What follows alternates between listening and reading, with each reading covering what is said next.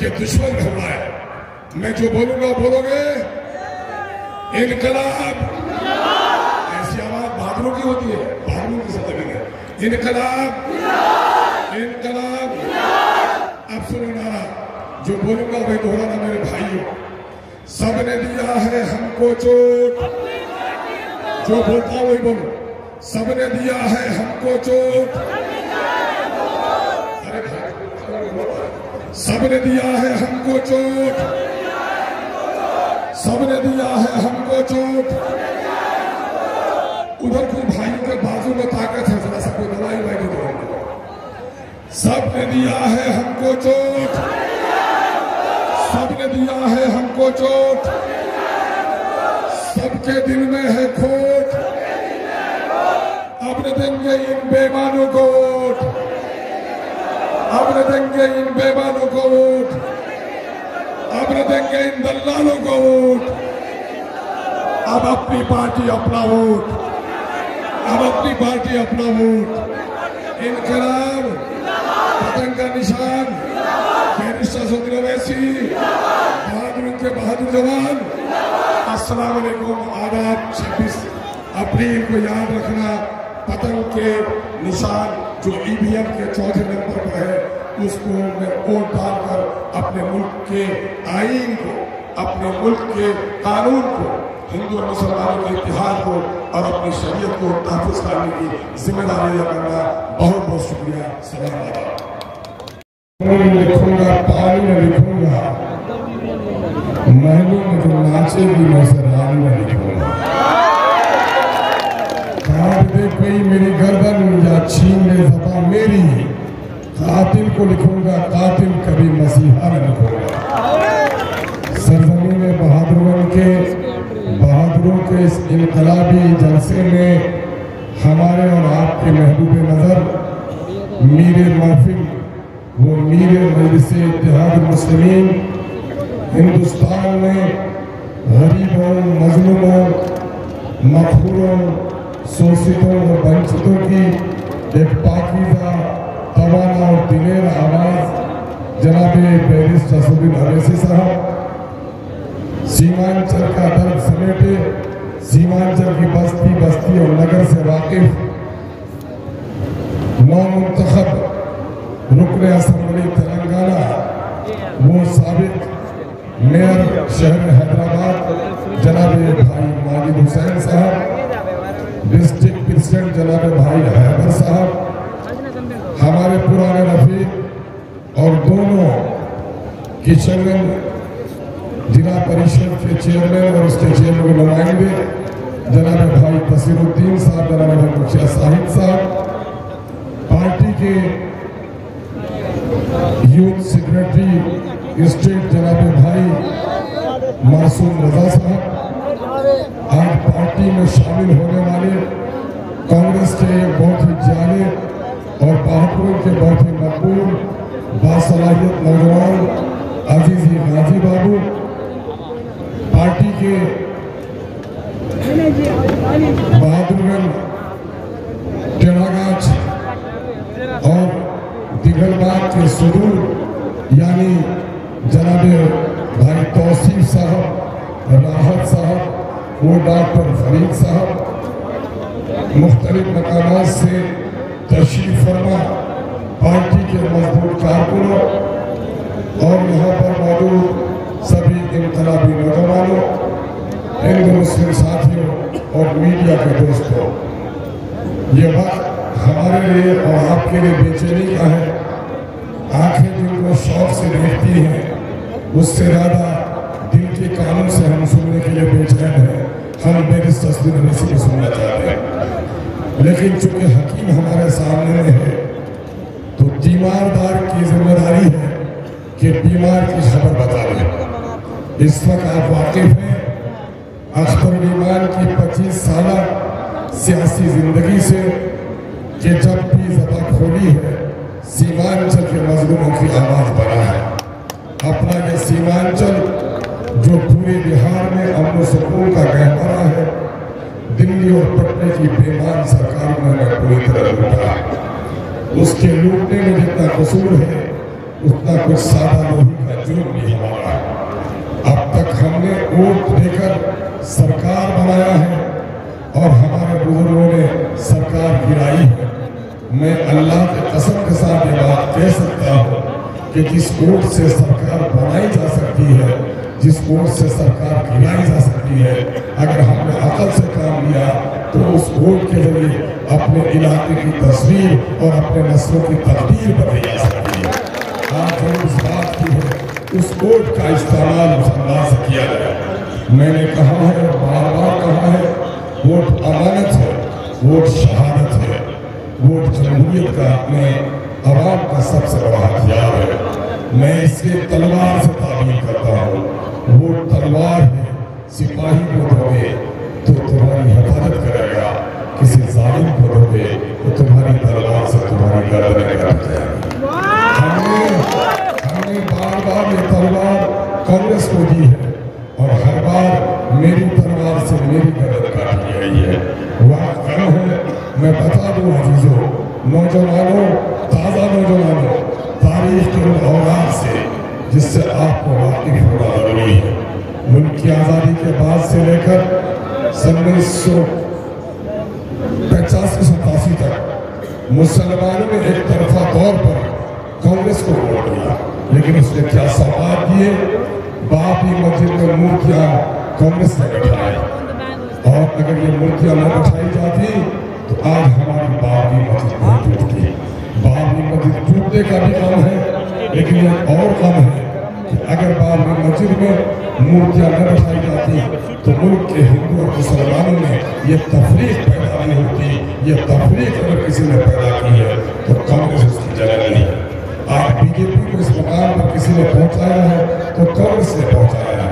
यही नहीं, फसादात में लाखों मुसलमानों की जाने, कारोबार के लूटने का मामला, मुरादाबाद से ईदगाह में नमाजियों के सीने पे गोली, हाशिमपुरा में हनुमान नदी के किनारे गोलियां, भागलपुर में मुसलमानों की लाशों पर गोली की खेती, ये सब कुछ कांग्रेस के सौगात रहे हैं।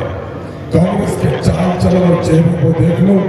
2014 में आप सबने वोट दिया और अख्तरुल ईमान ने कुर्बानी देकर हजरत मौलाना असरउल कासमी के जीत को यकीनी बनाया। लेकिन जब हमारी शरीयत पर तलाक बिल पर हमला हुआ, इस जालिम कांग्रेस ने हमारे आलिम दीन को अपने शरीयत के लिए भी बोलने की इजाजत दे दी। नौजवानों में मुबारकबाद देता हूँ कि जुर्म कभी न कभी सजा दे ही रहे। जिस जुर्म की पादाश में अल्लाह का शुक्र है, आज पूरे किशनगंज में नौजवानों ने तय कर लिया है, ऐ कांग्रेस के गुलामों, तुम्हारी पार्टी ने मेरे मौलाना को शरीयत के मामले में पार्लियामेंट में बोलने नहीं दिया है, तुम नाकारा हो, तुम मेरी बस्ती में भी आवाज नहीं लगा सकते हो। पूरे और किसी ने कहा भी था, आवारा हूं तो भगा क्यों नहीं देते, नाकारा हूं तो सजा क्यों नहीं देते। मैं हूं जावेद, 5 साल तक लग देखोगे मेरी सूरत, मुझे एमपी बना क्यों नहीं देते। 5 सालों तक आपने सूरत नहीं देखी। मेरे भाइयों, इस वक्त कांग्रेस पार्टी का जो जुर्म है वो अपनी जगह है, लेकिन ये नाकारा सांसद पार्लियामेंट में, नौजवानों, 3 काम पार्लियामेंट से बाहर, 1 काम। नंबर 1, वो कानून बने मुल्क के लिए, मिल्लत के लिए, इलाके के लिए मुफीद तो उसकी हमायत, अगर मुखालिफ तो उसकी मुखालिफत। यहाँ पर एक बार भी उसकी जबान न खुली। मुल्क के खजाने से, टैक्स के पैसे से तरक्की में हिस्सेदारी, कहीं जबान नहीं खुली।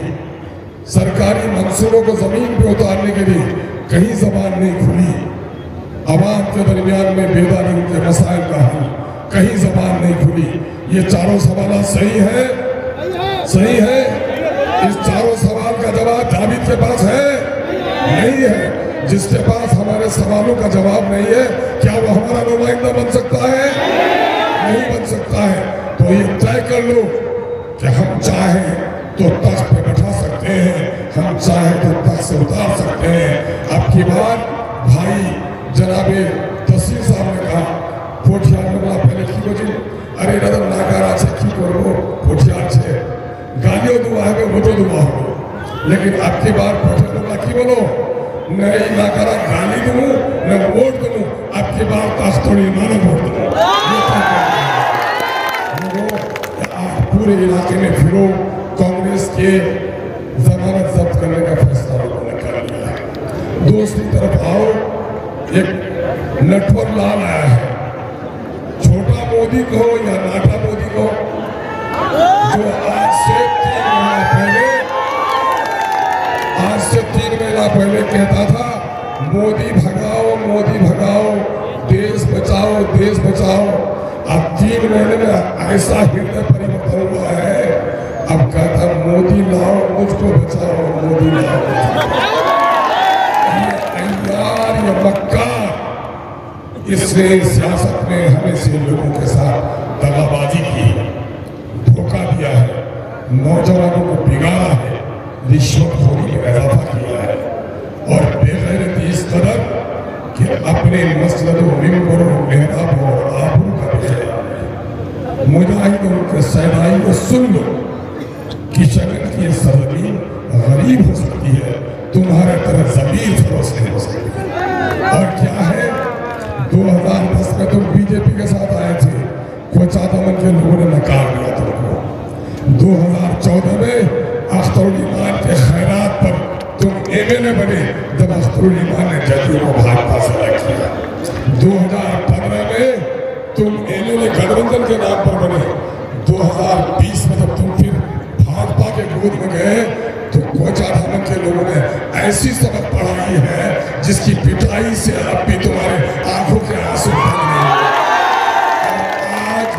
आज जबकि पूरे मुल्क में मोदी ने एक तरफा तौर पर मुसलमानों के खिलाफ एक खौफ का माहौल तारी कर दिया है, एक डर का माहौल तारी कर दिया है।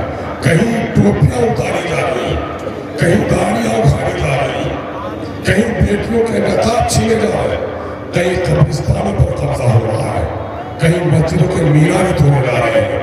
और हद तो ये है कि नमाज की हालत में नमाजी को लात से मारा जाता है। इस सूरत हाल में बीजेपी का दामन कोई बेगैरत मुसलमान पकड़ सकता है, जिसके अंदर में गैरत होगी वो कभी भी उसका दामन नहीं पकड़ सकता। नौजवानों, तुम्हें याद होना चाहिए 2002 में गोधरा में क्या कुछ नहीं हुआ। मोदी के शासनकाल में, मोदी के शासनकाल में क्या हुआ, गोधरा में बाप के सामने उसकी बेटी, भाई के सामने उसकी बहन और बच्चों के सामने उसकी मां की इज्जत को तार-तार किया गया। बिल्किस की उसके बच्चों के सामने भी इज्जत दी गई, सोराब के आग फोड़े गए और मां के आगोश से दूध पीते बच्चों को आग में फेंका गया। ये मंजर याद है? ये मंजर याद है? बोलो। अरे ये खामोश मिजाजी तुम्हें जीने नहीं देगी, इस दौर में जीना है तो कोहराम मचा दो। ये मंजर याद है?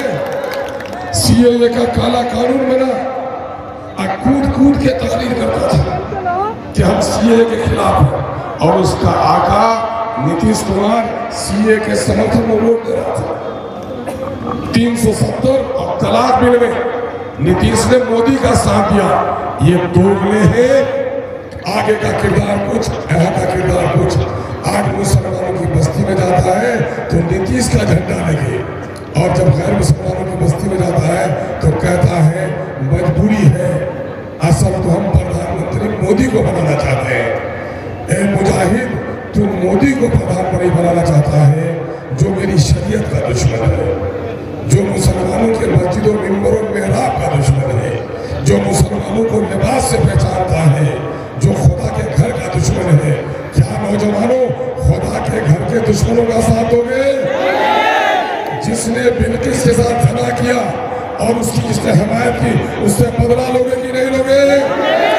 गुजरात के कातिलों से बदला लोगे कि नहीं लोगे? जिन्होंने गोधरा में हमारी माओवाद की इज्जत लूटी, बदला लेना है। बदला। सीए का काला कानून मुसलमानों के खिलाफ, इस कानून के बनाने वाले से लड़ना है कि नहीं है? अभी पूर्णिया आया मोदी, क्या बोला? सीमांचल में घुसपैठिए हैं, तो मुजाहिद से पूछो कि तू भारत का बेटा है या तू घुसपैठिया है? तुम अपने बारे में अपने आका से सफाई लो। जब तक सफाई नहीं लोगे तुमको बस्ती में कुर्सी लेकर दौड़ोगे कि गर्दन बढ़ा रखोगे? आवाज से बोलो, ये बात बताओ। गोधरा के कातिलों की हिमायत करने वाला बस्ती में आएगा तो कुर्सी दोगे कि गर्दन बढ़ा दोगे?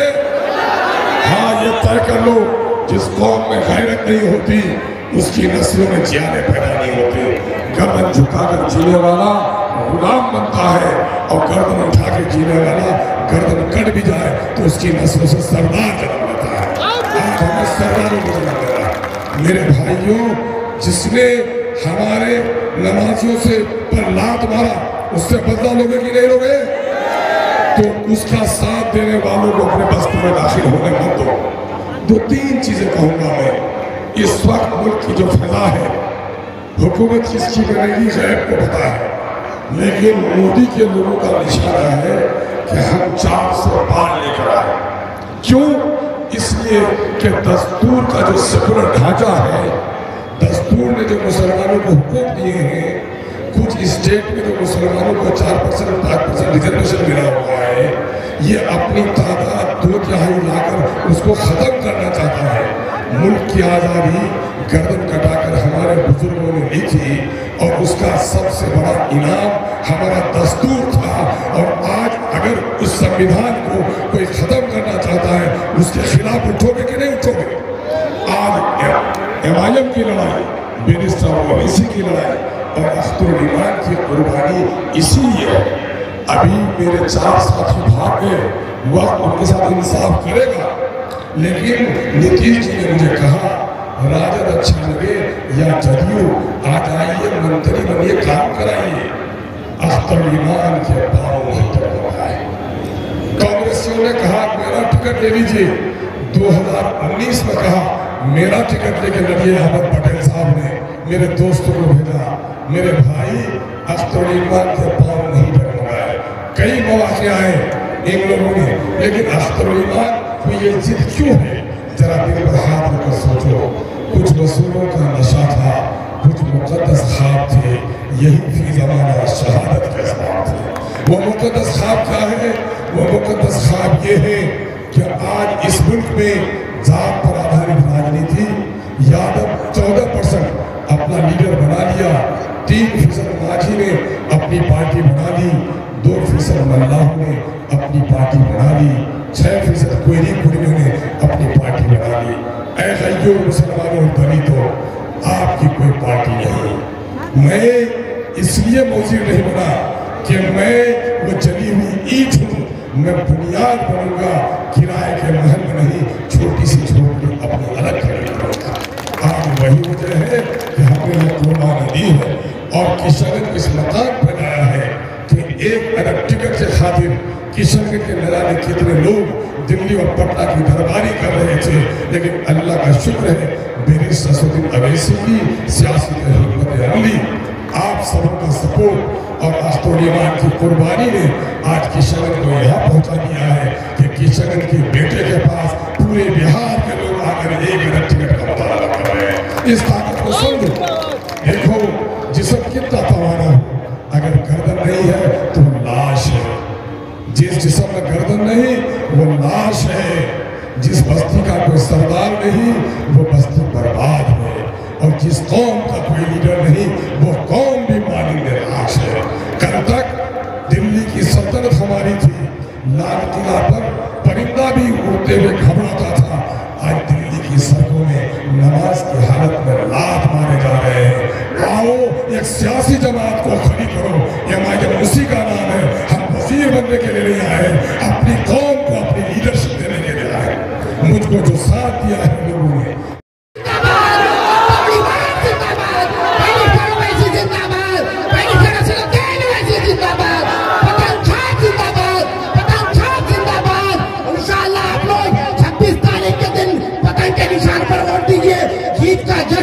इसी सरजमीन पर हम लोग साथ मनाएंगे। बहुत बहुत शुक्रिया कर रहे थे। मैं अब मंच को आगे बढ़ाते हुए बड़ी तेजी में अररिया से आए हुए अररिया के जिला अध्यक्ष जनाब रहमत अली को दावत शपथ देना चाहूंगा। उससे पहले मेरे पार्टी का एक स्लोगन है, उसे मैं कहना चाहूँ, सबने दिया है हमको चोट, अपनी पार्टी अपनी हो, सबने दिया समय बहुत बहुत शुक्रिया बहादुरगंज की यूनिट का। मंच पर उपस्थित हमारे बड़े भाई मासूम रजा साहब, राशिद अनवर साहब और तमाम MIM के बड़े लीडर का मैं इस्तकबाल करता हूँ। देखिए, वक्त है नरेंद्र मोदी के खिलाफ पूरा देश अभी है। महंगाई इस कदर बढ़ी है कि देश नरेंद्र मोदी से अपना रुख मोड़ रहा है और किशनगंज की जनता अख्तरुल ईमान के तरफ टकटकी लगाकर बैठी हुई है, अख्तरुल ईमान की तरफ देख रहे हैं। आपके सामने 3 चुनौतियां हैं। एक है मोदी के मास्टर को हराना, दूसरे है किशनगंज के निकम्मा सांसद को घर बिठाना और तीसरा है अख्तरुल ईमान को जिताना। अब हम सबों के बीच महबूब लीडर देखो देखो कौन आया, देखो देखो कौन आया, देखो देखो कौन आया, देखो देखो कौन आया, देखो देखो कौन आया, देखो देखो कौन आया, देखो देखो कौन आया, देखो देखो कौन आया, देखो देखो कौन आया, देखो देखो कौन आया, देखो देखो कौन आया, देखो देखो कौन आया, देखो देखो कौन आया, देखो देखो कौन आया, देखो देखो कौन आया, देखो देखो कौन आया, देखो देखो कौन आया, देखो देखो कौन आया, देखो देखो कौन आया, देखो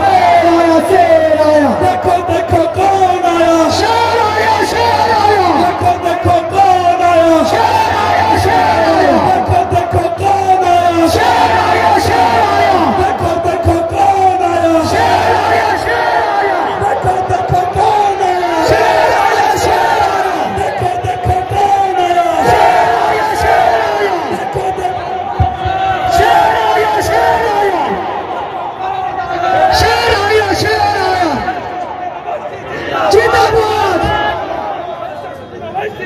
जिंदाबाद जिंदाबाद, शेर आया शेर आया, शेर आया शेर आया, शेर आया, देखो देखो कौन आया, शेर आया शेर आया। देखिए, आप तमाम किशनगंज वासियों के सामने 3 बड़ी चुनौती है। पहली चुनौती है उम्मीदवार को पहचानने की। आपके और सब लोग इस वक्त जो स्कूल जाने हैं, सब लोग आज अपनी मीटिंग को कामयाब कीजिए। वो चुके बड़ा आवाज आए हैं, बाबू से प्रभाव रहे हैं तो अपने शुरू करने ये खबर देने के लिए आया हूँ। इंशाल्लाह जल्दी लेकर आया। मंच पर उपस्थित हमारे बिहार सदर जनाब अख्तरुल ईमान साहब, मासूम रजा साहब, राशिद अनवर साहब और दूर दराज से आए हुए देश प्रदेश के नेता का मैं बहादुरगंज की सरजमीन पर इस्तकबाल करता हूं। साथियों, आज किशनगंज लोकसभा की जनता के सामने 3 बड़े काम पड़े हैं, 3 चुनौतियां हैं। मैं उन तीनों चुनौतियों को आपको बताने जा रहा हूं, गंभीरता से सुनिएगा। आज हमारे बीच प्रधानमंत्री नरेंद्र मोदी जी, अमित शाह जी और RSS के प्रमुख मोहन भागवत जी ने एक प्लान तैयार किया। उन्होंने कहा कि अगर कमल निशान पर किशनगंज में अगर चुनाव लड़ा जाए तो किशनगंज के लोग हमें वोट नहीं देंगे। तो उन्होंने आपको गुमराह करने के लिए यहाँ के एक मास्टर को टिकट दिया है। आप मत समझना कि वो टिकट तीर है, वो असल में फूल है, वो असल में फूल है। इसको समझने की जरूरत है। सन 1999 में किशनगंज के लोगों ने एक गलती करी थी, शाहनवाज हुसैन को यहाँ से चुनाव जिताया था। हमारे जो भाई सऊदी अरब जाते थे, हमारे जो भाई कुवैत जाते थे, हमारे जो भाई दिल्ली मुंबई कलकत्ता में काम करते थे, उनसे सवाल होता था कि अरे भाई आप लोगों ने बीजेपी को कैसे वोट दिया। बड़ी शर्मिंदगी महसूस होती थी, हमें भी शर्मिंदगी महसूस होती थी, क्योंकि मैं भी सीमांचल का रहने वाला हूँ। इसलिए मोदी के मास्टर से आपको सावधान रहना है, मोदी के तीर से सावधान रहना है। असल में ये तीर ही कमल का फूल है, कहीं ये हमारी भूल न बन जाए। इसलिए अपने पतंग के डोर को मजबूती से पकड़े रहना है। ये पतंग की डोर ही हमें न्याय दिलाएगा, ये पतंग का डोर ही हमारी उत्थान की बात निर्माण करेगा, ये पतंग की डोर ही हमारे लिए अस्पताल बनाएगा, ये पतंग की डोर ही हमारे लिए दीन इदारे बनाएंगे, ये पतंग की डोर ही हमारे लिए इंसाफ की लड़ाई लड़ेगा और वो अख्तर उल ईमान साहब बनेंगे। मेरे साथियों, आपके सामने दूसरी चुनौती है कांग्रेस पार्टी। डॉक्टर जावेद साहब के कार्यशैली आपको पता है। डॉक्टर जावेद साहब को इंसानों से ज्यादा जानवर से मोहब्बत है, इसलिए जब उसको सदन में वक्त मिलता है तो वो इंसानों के लिए नहीं, किसानगंज के मतदाताओं के लिए नहीं, बल्कि जानवरों की भलाई के लिए कानून की मांग करता है। मैं पूछना चाहता हूँ, डॉक्टर जावेद, जरा बताना कि आपको किशनगंज की गयूर नौजवानों ने वोट दिया था कि यहाँ के भेड़ बकरियों ने वोट दिया था कि आप जानवरों की कानून बनाने की मांग करते हो? मैं उनसे सवाल करना चाहता हूँ। तीसरी तरफ अख्तर उल ईमान क्यों जरूरी है, मैं संक्षेप में आपको बताना चाहता हूँ। आपको पता होगा जब हमारे बिहार राज्य में मास्टर मुजाहिद के पार्टी के अध्यक्ष और मुख्यमंत्री नीतीश कुमार ने हमारे तमाम बिहार के सरकारी विद्यालयों में सूर्य नमस्कार का कानून बनाया और कहा कि जो भी बच्चे स्कूल में पढ़ने आएंगे उसको सूर्य नमस्कार करना होगा। उसी बीच से एक शख्स उठता है, उसका नाम अख्तर उल ईमान है। कहता है नीतीश कुमार, हमारे बच्चे ला इलाहा इल्लल्लाह मुहम्मदुर रसूलुल्लाह को पढ़ने वाले हैं, ये सूर्य नमस्कार नहीं करेंगे। आप देश में सांप्रदायिक काम नहीं करोगे, देश संविधान से चलेगा, सभी को अपने धर्म के साथ देश में इज्जत की जिंदगी गुजारने का हक है। इसके वजह से नीतीश कुमार मजबूर हुए और सूर्य नमस्कार का कानून वापस लाया। इसलिए अख्तर उल ईमान जरूरी है। हमारे नौजवान प्रदेश जाते हैं कमाने के लिए, सऊदी अरब, कुवैत जाते हैं, कनाडा जाते हैं, अमेरिका, लंदन जाते हैं, वहां उसकी डेथ हो जाती है। तो अख्तर उल ईमान साहब ने सूबे के मुख्यमंत्री नीतीश कुमार को कहा कि नीतीश कुमार जी, अगर हमारे बच्चे बेरोजगारी की वजह से विदेश कमाने के लिए जाते हैं, वहां उसकी डेथ हो जाती है, वहां वो इंतकाल कर जाते हैं, वहां वो मर जाते हैं, उसके लाश घर वाले नहीं ला पाते हैं, आप उस लाश का प्रबंध कराओ। आप खुले मन से, आपको कहता हूं, अपना मोबाइल निकालो, यूट्यूब में देखो, उसके नीतीश कुमार के मंत्री ने कहा, अख्तर उल ईमान साहब, आप बार बार प्रदेश में मरने वाले लोगों का लाश लाने की बात करते थे। लो, मैंने आपके इस वादे को पूरा किया, मैंने आपके बात को कानून साफ किया। मेरे भाइयों, अख्तर उल ईमान इसलिए जरूरी है। हमारे अररिया में शहबाज नाम के एक बच्चे की लिंचिंग कर दिया एसएसपी के जवानों ने। जब शहबाज की लिंचिंग एसएसपी के जवानों ने कर दिया तो अख्तर उल ईमान साहब ने नीतीश कुमार और तेजस्वी की सरकार को आंख में आंख डालते कहा कि आप तो वादा करते हो कि मुसलमानों के साथ इंसाफ करेंगे, ये आपका कैसा इंसाफ है कि एक शहबाज नाम के रोजेदार बच्चे को लिंचिंग करके मार दिया जाता है और आपकी पुलिस एसएसपी को गिरफ्तार नहीं करती है। नीतीश सरकार हरकत में आई, नीतीश सरकार को जवाब देना पड़ा और एसएसपी की गिरफ्तारी हुई, परिवार वाले को मुआवजा मिला। इसलिए अख्तर उल ईमान जरूरी है, इसलिए अख्तर उल ईमान जरूरी है। एक बात मैं तुम्हें बताता रहूं, अख्तर उल ईमान साहब की एक तकरीर आपने सदन में सुना होगा, बिहार विधानसभा सदन में, जब उर्दू का मामला चल रहा था, उर्दू टीटी का मामला चल रहा था, तो वहां पर अख्तर उल ईमान साहब ने कहा था कि मुख्यमंत्री जी, हमको 2005 का मुख्यमंत्री चाहिए, हमको आज सन का मुख्यमंत्री नहीं चाहिए। मैं आपसे पूछना चाहता हूँ, उर्दू और हिंदी दोनों जुड़वा बहन है, अगर उर्दू को आप मारोगे तो हिंदी को। 72 साल तक कांग्रेस की हुकूमत बनाई, हमने सिर्फ कांग्रेस को वोट दिया, लेकिन क्या इस कांग्रेस के दौर इख्तियार में हमारे इदारे महफूज रहे? क्या इस कांग्रेस के दौर इख्तियार में मुसलमान महफूज रहे? क्या इस कांग्रेस के दौर इख्तियार में हम कहीं पर भी महफूज नहीं है? आपने देखा होगा दिनों में साहब तने तनहा अहवानों में उन जालिमों के आंख में आंख डालकर करते हैं। इसीलिए हम तमाम का ये फरीजा होता है कि हम तमाम लोग मजबूती से किसी की बहकावे में ना आकर जनाब अख्तर उल ईमान साहब को कामयाब करें। क्योंकि कांग्रेस की भी हुकूमत को आपने देखा, दूसरी तरफ भाजपा की भी हुकूमत में आपने देखा कि भाजपा की हुकूमत में किस तरीके से दहशतगर्द लोग हमारे खून बहा रहे हैं, किस तरीके से नमाजियों को लात मारा जा रहा है, किस तरीके से हमारी माँ और बहनों के इज्जत आबरू पर हमला हो रहा है। मेरे नौजवान दोस्तों, आपको याद होगा कि इसी कांग्रेस के दौर इख्तियार में जब गुजरात में दंगा हुआ था, उस वक्त नरेंद्र मोदी और अमित शाह की गुजरात में सरकार थी। गुजरात के मंजर को याद करिए, जब वहां पर हजारों मुसलमानों का वो जिंदा जला दिया गया था, और गुजरात के उस मंजर को याद करिए, उस बाप के दर्द को महसूस करिए जब एक बाप अपने जवान बेटे के जनाजे को कांधे पर लेकर कब्रिस्तान की तरफ जाना होगा, क्या बीतता होगा उनके सीने पर।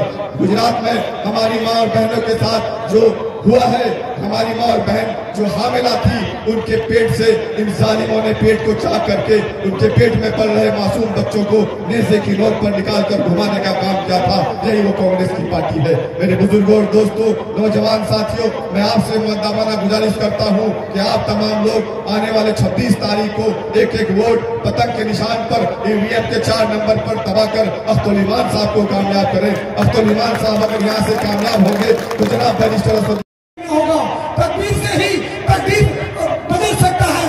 इसलिए आप तमाम भाइयों से बाबरी विधानसभा के जितने लोग आए हैं, बैरिस्टर साहब के तकरीरों को सुनने के लिए, अपने चेतन नेता को चुनने के लिए, भाषण को सुनने के लिए जो आए हैं, 5 साल में ये नेता एमपी डॉक्टर जावेद का कारनामा को सुनिएगा, रोइएगा दोस्तों। ऐसा नेता एमपी जो 5 साल किसी का दुख दर्द में अब हमेशा लोगों को बेरुखी से बात किया, ऐसे नाकरा एमपी को आज मौका है हम जनता को कि उसको बदलने का मौका मिला है। जनाब अब्दुल इमाम साहब के लिए कुर्बानी करना पड़ेगा और 4 नंबर बटन पर अपनी बटन छाप पर वोट डालकर भारी स्तरीय से जिताना होगा। यही है प्रयागराज के लोग, पूरे प्रयागराज के लोग 12 पंचायत पर खेल रहा है। पूरे 80% लोग प्रयागराज के लोग पतन छाप के लिए दीवाना हो चुके हैं। मैं तमाम उलमा कराम से, बुजुर्गान दीन से, तमाम भाइयों से, मेरी माँ बहनों से गुजारिश करूंगा कि अव्वल वक्त में 26 तारीख को जुमा के दिन जब दुनिया बनाई गई थी, जुमा के दिन बनाया गया था, और जब दुनिया खत्म होगी जुमा के दिन खत्म होगा।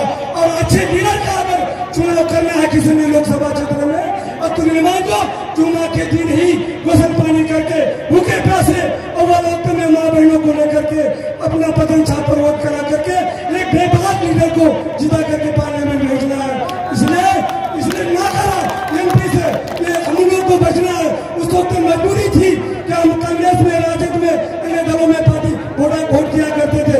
आज मेरी पार्टी है, मेरा लीडर है, इसलिए अपनी पार्टी, अपना वोट सबने दिया है हमको चोट। इसलिए तमाम हजरात से गुजारिश, मुअद्दबाना गुजारिश है, खासतौर पर उलमाए किराम से, दावत तबलीग वाले से, मेरी माँ बहनों से, नौजवानों से गुजारिश है कि भाई 26 तारीख को आप मेहनत करके एक दूसरे को पैगाम पहुंचाकर हम बैरिस्टर सदुद्दीन हाथ को मजबूत करेंगे, अपने चेहरे नेता अब्दुल इमाम को कामयाब बनाकर पार्लियामेंट भेजने का काम करेंगे। जय हिंद, जय भारत।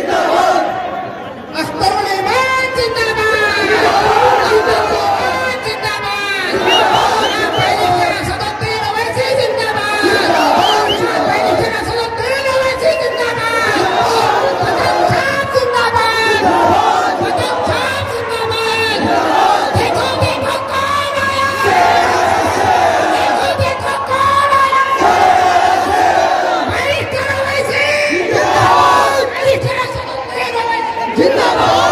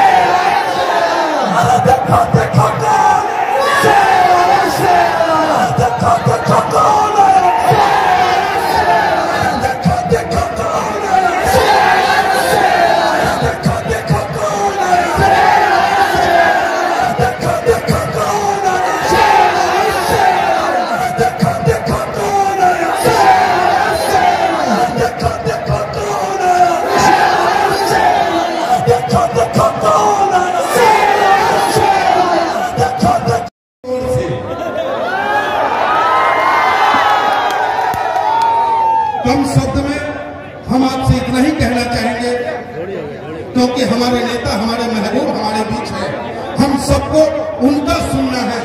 लेकिन इतना जरूर कहेंगे, किशनगंज वालों, आपने वो एक बेटा दिया है, जिस बेटा के दम पर आज बिहार का गरीब गुरबा अपने सीना को तान करके चलने का काम करता है। और अब आपकी जिम्मेदारी बन गई है, जिस तरीके से बिहार के लोग, कमजोर लोग कहते हैं कि मैं ऑल इंडिया मजलिस इत्तेहाद मुस्लिमीन का सिपाही हूँ, सब लोग कहते हैं कि मैं बैरिस्टर साहब का दीवाना हूँ, तो उनके अंदर एक ताकत सी आ जाती है। और उस ताकत को बनाए रखने के लिए, उस ताकत को बनाए रखने के लिए अब्दुल इमाम साहब को लोकसभा में पहुंचना जरूरी है। तो हदे दमे हस्ती से गुजर क्यों नहीं जाते? अब वक्त आ गया है कि हदे दमे हस्ती से गुजर क्यों नहीं जाते? और जीना नहीं आता तो मर क्यों नहीं जाते? मंजिल को अगर पाना है, मंजिल को अगर पाना है, तूफान मिलेगा, डर लगता है तो कश्ती से उतर क्यों नहीं जाते? कश्ती से उतर क्यों नहीं जाते? तो मेरे नौजवान साथियों, साफ शब्दों में मैं कह दूं, हम किशनगंज वासियों को, हम बिहारियों को 30 साल तक एमवाई के नाम पर लूटने और ठगने का काम किया, और खुद का विकास करने का काम अगर किसी ने किया तो वो राष्ट्रीय जनता दल। दूसरी तरफ जिसे आपने संसद में भेजने का काम किया, जावेद साहब को, उनके मुंह पर एक टेप चिपका हुआ है कि हम कुछ बोलेंगे नहीं।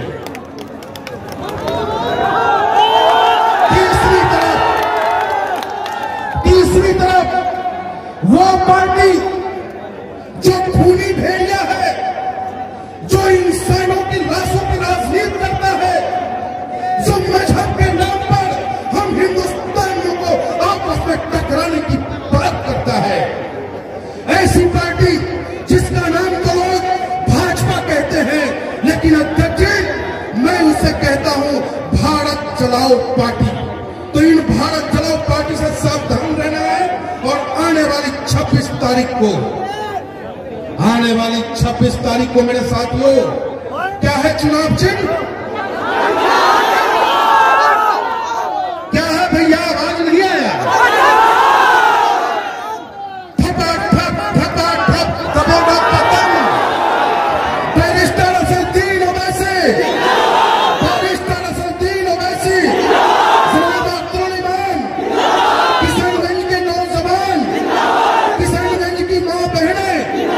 बहुत बहुत धन्यवाद।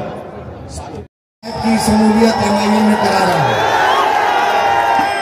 बैरिस्टर असदुद्दीन ओवैसी साहब के सामने हम गाजी साहब की मजलिस इत्तेहाद मुस्लिमीन में शमूलियत। बहुत बहुत शुक्रिया।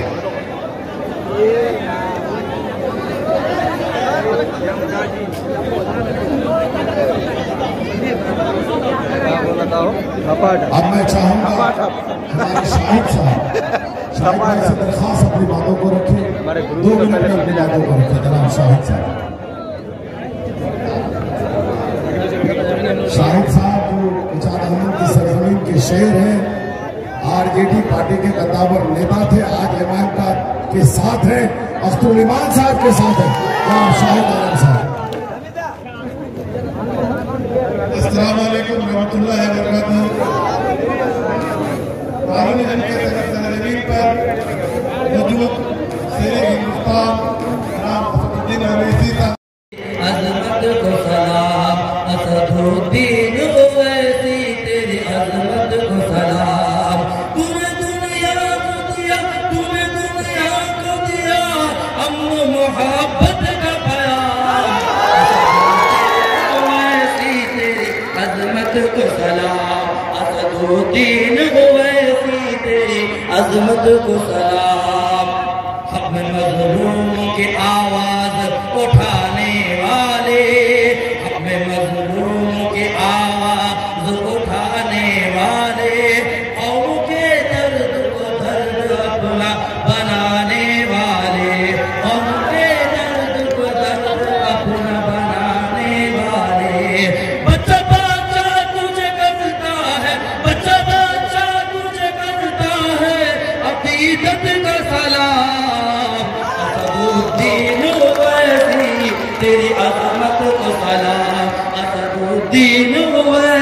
तेरी अजमत को सलाम। और कुफ्र के सीने में ईमान का अलंकार दिया, कुफ्र के सीने में ईमान का अलंकार दिया। गैर कानूनी था जो तूने वो बिल फाड़ दिया, सीने में ईमान का अलंकार दिया।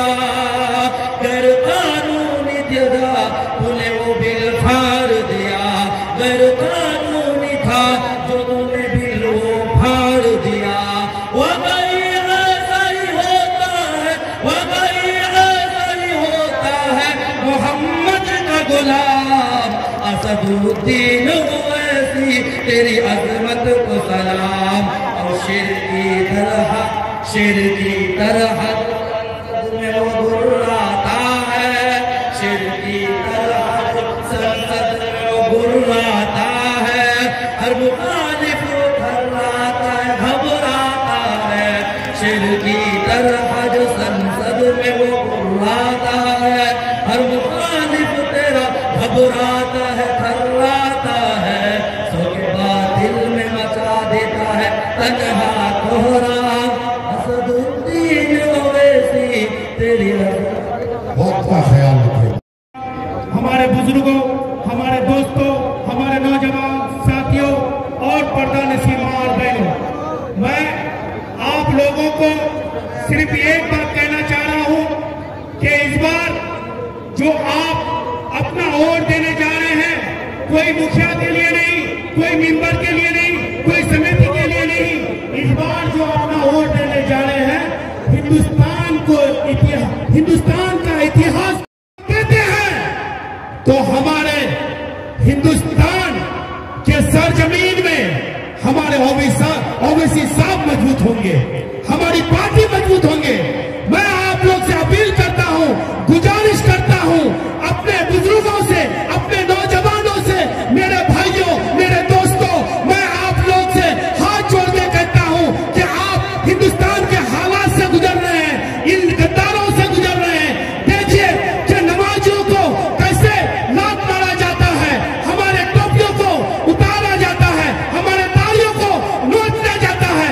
अगर इस सब से बचना है तो हमें अख्तर साहब को वोट देना है, हमें ओवैसी साहब को मजबूत करना है। नहीं तो हमारी इज्जत बचेगी नहीं, हमारी आबरू बचेगी नहीं, हमारे हिंदुस्तान का जो संविधान है उसको ये लोग कत्ल कर देंगे। इसको बचाइए, इसको बचाइए और हमारे अख्तर साहब को जिताइए और दिल्ली भेजिए और हमारे ओवैसी साहब को मजबूत कीजिए। आप जानते हैं कि उस 300 में हमारे 3 भारी है, हमारे 3 आदमी ही भारी है। वो हमारे ओवैसी साहब है, वो अख्तर साहब है, वो इम्तियाज जलील साहब है। मैं आप लोगों से अपील करता हूं, हाथ जोड़ के कहता हूं कि भाई आने वाले 26 को हमारे बटन छाप में अपना वोट, अपना बटन को दबाइए और हमें कामयाब कीजिए और हमारे अख्तर साहब को दिल्ली भेजिए। यही बात कह के अपनी बात खत्म करता हूं। अस्सलाम वालेकुम। सिर्फ खंजर ही नहीं, आंखों में पानी चाहिए। ऐ खुदा, दुश्मन भी हमें खानदानी चाहिए। तुम रखो ये पीले मुफलर और खाकी चट्टियां, ये भाजपा और आरएसएस वालों के लिए। तुम रखो ये पीले मुफलर और खाकी चट्टियां। हम पुराने हैं, हमें दस्तार पुरानी चाहिए।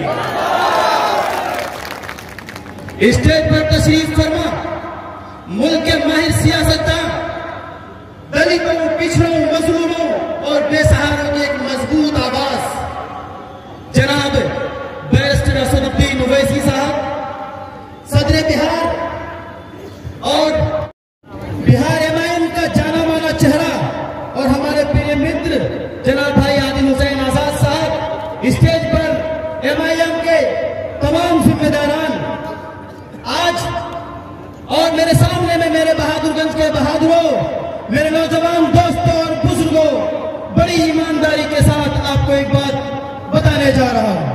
बदतमीजियां कर लें, लेकिन आवाम मजबूरी में हमें ही वोट देगी। लेकिन उन्हें बता दीजिए कि उनका मामला फुसफुसा गया है, अब उनका कुछ नहीं बचा है। अब सिर्फ एमआईएम का अगर मुकाबला है तो जेडीयू और भाजपा वालों के साथ उनका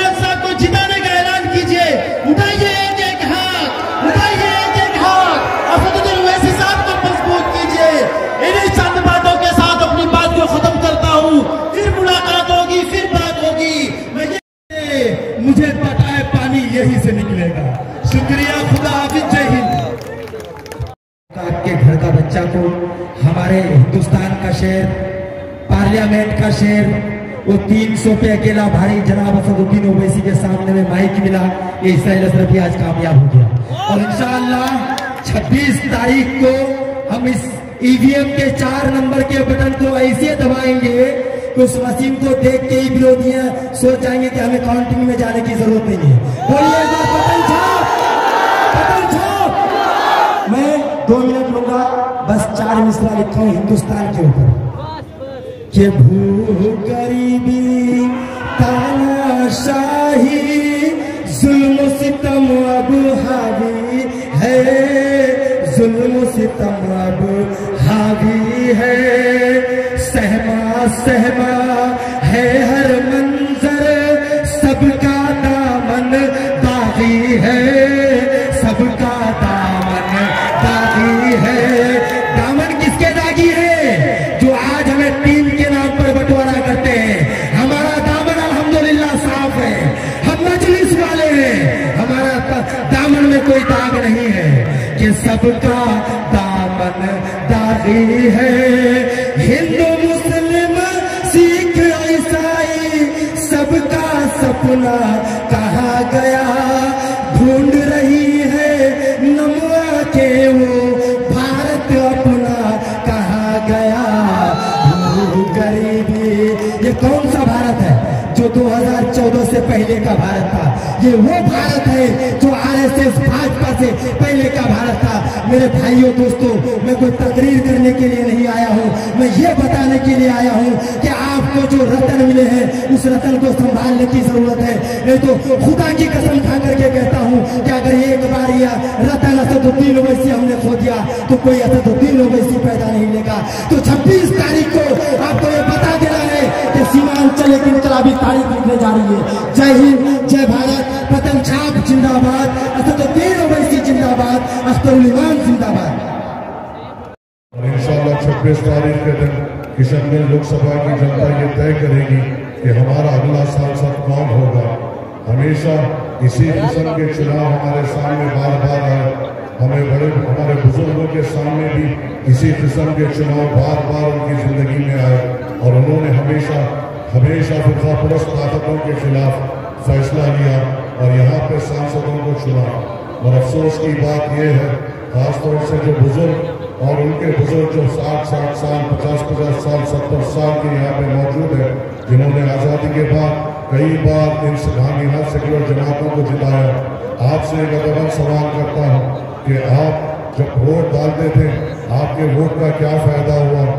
आप जिस वक्त नौजवान थे, जब भी यहाँ के नौजवानों के मुस्तकबिल में दूसरे रियासतों में जाकर, दूसरे शहरों में जाकर नौकरी और रोजगार करना था, और आज भी हमारे तमाम नौजवानों के लिए यहाँ पे रोजगार मौजूद नहीं।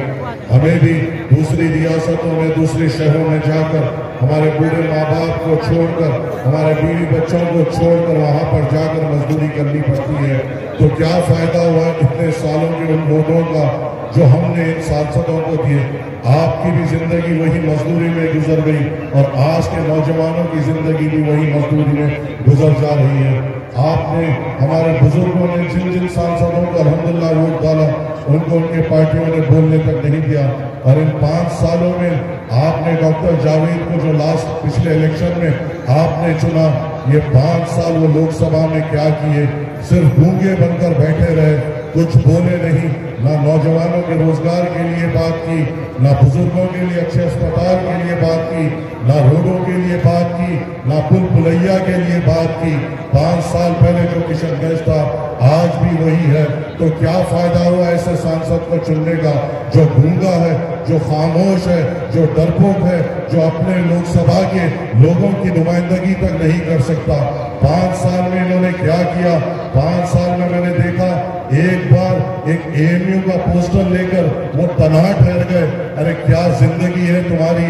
तुम्हारी पार्टी में इतने सारे सांसद क्या तुम्हारे पास इतनी ताकत नहीं थी कि अपने साथ अपने पार्टी के 2 सांसदों को ठहरा लेते एएमयू के लिए? क्या तुम्हारे पास इतनी ताकत नहीं थी कि जब तुम एएमयू का बैनर लेकर लोकसभा में ठहरकर फोटो डाल रहे हो तो अपने गठबंधन के 2 सांसदों को लेकर अपने साथ अपनी ताकत का मुजाहरा करते थे? हमें सिर्फ धोखा देने, हमें सिर्फ बहलाने और फुसलाने एक फोटो डाल दी गई। आप मुझे बताइए, आपके सामने मुजलिस इत्तेहाद मुस्लिमीन है, आपके सामने बैरिस्टर असदुद्दीन ओवैसी साहब की बेबाक आवाज और खिदमत है। हर मसाइल पे अगर हम पर किसी किस्म की परेशानी आती है तो हिंदुस्तान में कौन हमारे लिए लड़ता है, कौन हमारे लिए तड़पता है, कौन हमारे लिए बात करता है, कौन हमारे हुकूक के लिए लड़ता है? बाबरी मस्जिद का मसला हो तो ठहरने वाले सिर्फ बैरिस्टर असदुद्दीन ओवैसी साहब रहते हैं, कोई और नहीं ठहरता। ज्ञानवापी मस्जिद में, वहां पे तहखाने में जब पूजा की इजाजत दी गई, किसी सांसद के दिल में तकलीफ नहीं हुई, यहाँ के भी सांसद के दिल में तकलीफ नहीं हुई। खामोश बैठा रहा, गूंगा बैठा रहा, गुलामों की तरह अपनी पार्टी के खामोश बैठा रहा। ज्ञानवापी की अगर कोई आवाज बने, बैरिस्टर असदुद्दीन ओवैसी साहब बने। जब हम पर कानून लाया गया CA-NRC का, हर कोई खामोश बैठा रहा।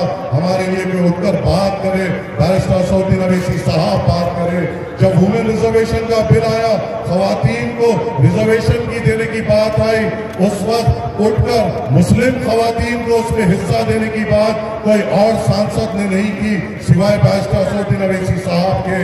कर्नाटका में जब हमारी बहनों को हिजाब के नाम पे सताया गया, उनको डराया गया, उस हिजाब वाली औरतों की हिम्मत बनने वाले कोई और सांसद नहीं थे, सिर्फ बैरिस्टर असदुद्दीन ओवैसी साहब थे।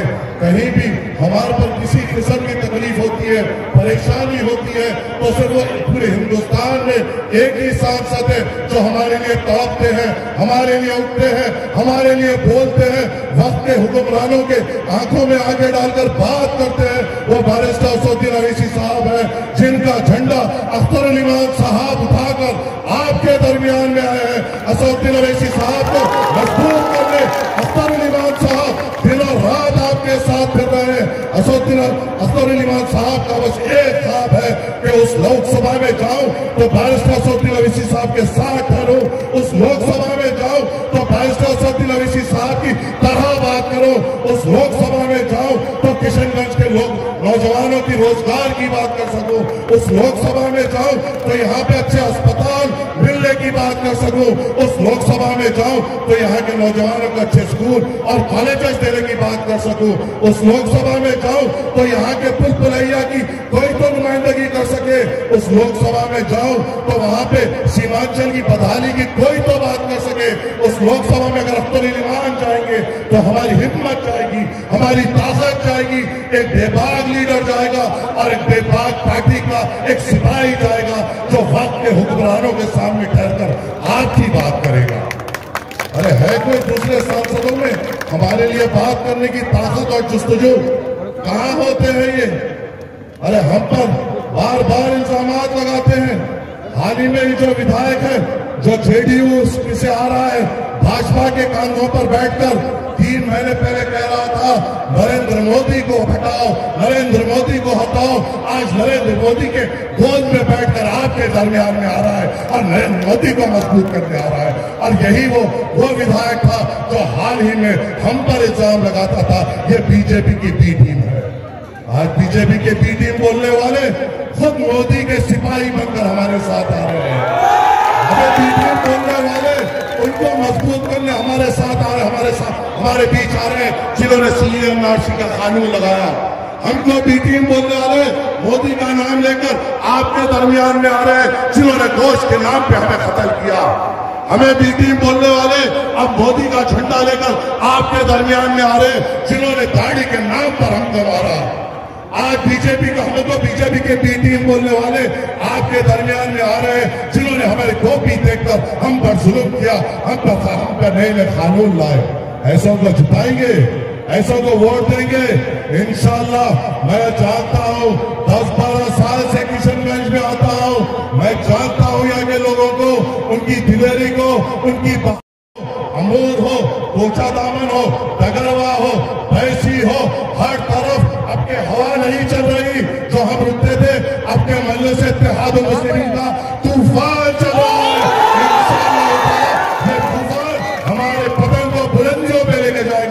और हमें हमारी एक बेबाक आवाज देगा। मुझे यकीन है आपसे, तवक्को है आपसे कि मेरे सदर बादशाह असदुद्दीन अवैसी साहब ने आपके लिए जो तड़पते हैं, आज आप उसके लिए अपने वोट से उनको नवाजेंगे, ताकत बख्शेंगे और मजलिस इत्तेहादुल मुस्लिमीन को भारी अक्सरियत से कामयाब करेंगे। 26 तारीख के दिन पतंग के निशान पे 4 नंबर पर बटन दबाना है और मजलिस इत्तेहादुल मुस्लिमीन को कामयाब करना है। शुक्रिया। अस्सलाम वालेकुम रहमतुल्लाहि व बरकातहू।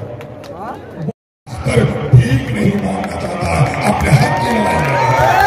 इसलिए आपको देखकर हमें बड़ी खुशी है कि इस वक्त उठिए, उन हमारे नादान नौजवानों को समझाइए जो लोग कहते हैं कि हम लोग तो पहली से रखे हुए थे। तो मैंने कहा एक चौक पर एक दूध वाले की दुकान थी, जाके दूध पीते थे, मलाई खाते थे। अब उसने शराब की दुकान कर ली, तो क्या दुकान बदलोगे कि नहीं बदलोगे? ये कसाई था चौराहे पे जो बकरा काटता था, अब बोला बकरा काटने में नफा नहीं होगा, छोटा छोटा काला जानवर काटने लगा है, तो क्या कसाई की दुकान बदलोगे कि नहीं बदलोगे? कुछ सब है बोलता है कि काला हो के घोड़ा, हम दुकान नहीं बदलेंगे, हलाल हो के हराम। ऐसे लोगों को उनके हाल पर छोड़ दो, उससे ईमान की सलामती की दुआ करो। मैं उलमा इस्लाम से पूछना चाहता हूँ, इस्लाम का पैमाना है न करबल में, न मक्तल में, न शाह के आगे मोमिन झुकता है फकत अल्लाह के आगे। लोगों, लेकिन गैरुल्लाह के सामने में एक आदमी कुर्सी के लिए झुकते हुए देखा कि नहीं? फूल चढ़ाते हुए देखा? अरे यूट्यूब में देखा, बोलो, देखा कि नहीं देखा? ये ईमान फरोसी, जमीन फरोसी ये है कि नहीं है? हम अपने उलमा इस्लाम से गुजारिश करेंगे कि आपको इसके बारे में बताओ। इससे बातेगा एक तरफ मुसलमानों की मस्जिद में हाजिरी, दूसरी तरफ मुसलमानों की मस्जिद के तोड़ने वालों की ताकत, ये सीमांचल की जमीन बर्दाश्त नहीं करेगी। नौजवानों, हमारा अपने मौजूद हीरे को सुनना चाहते हैं, बदला लेना चाहते हो सीएए वालों से? बोलो। जिसने हमारे नमाजी को नमाज की हालत में लात मारा, उसको लात मारना चाहते हो? क्या दिल्ली जाके लात मारोगे? मैं तुमको बताता हूं, 26 अप्रैल को जब पतंग के निशान पर वोट डालोगे तो हमको लात मारने वालों के सर पर जूते बरसेंगे इंशाअल्लाह। और हौसलों से इतना पतंग उड़ाओ, इतना पतंग उड़ाओ कि सीमांचल बोले पतंग पतंग पतंग। और दलालों की नस्लों को क्या चीना क्या कर दे? तंग तंग तंग। उड़ाओ सब मिलके पतंग, दलालों को चीना कर दो तुम तंग। सीमांचल के नौजवानों की तरफ से चंद मिसरे याद आते हैं। फूल नफरत का चमन में अपने खिलने नहीं देंगे, तीर अदावत की, दुश्मनी की, जात पात की, भेदभाव की, तीर अदावत की अपनी बस्ती में चलने नहीं देंगे। फूल नफरत का चमन में अपने खिलने नहीं देंगे, तीर अदावत की अपनी बस्ती में चलने नहीं देंगे। किशनगंज पार्लियामानी हल्के के नौजवानों ने खाई है कसम, दलालों को नेता कभी हम बनने नहीं देंगे, दलालों को नेता कभी हम बनने नहीं देंगे। ठीक है, दलालों को नेता नहीं बनने देना है। कांग्रेस ने मस्जिद तोड़वाई की नहीं? राजद ने नौकरियों में धोखा दिया कि नहीं? अभी जातीय जनगणना आई है, बिहार में 2 करोड़ 31 लाख मुसलमान है, नौकरी में हिस्सेदारी उनकी होती है 3,68,000। 1,73,000 नौकरी देकर 1,95,000 पढ़े लिखे नौजवानों को नौकरी से बाहर रखा।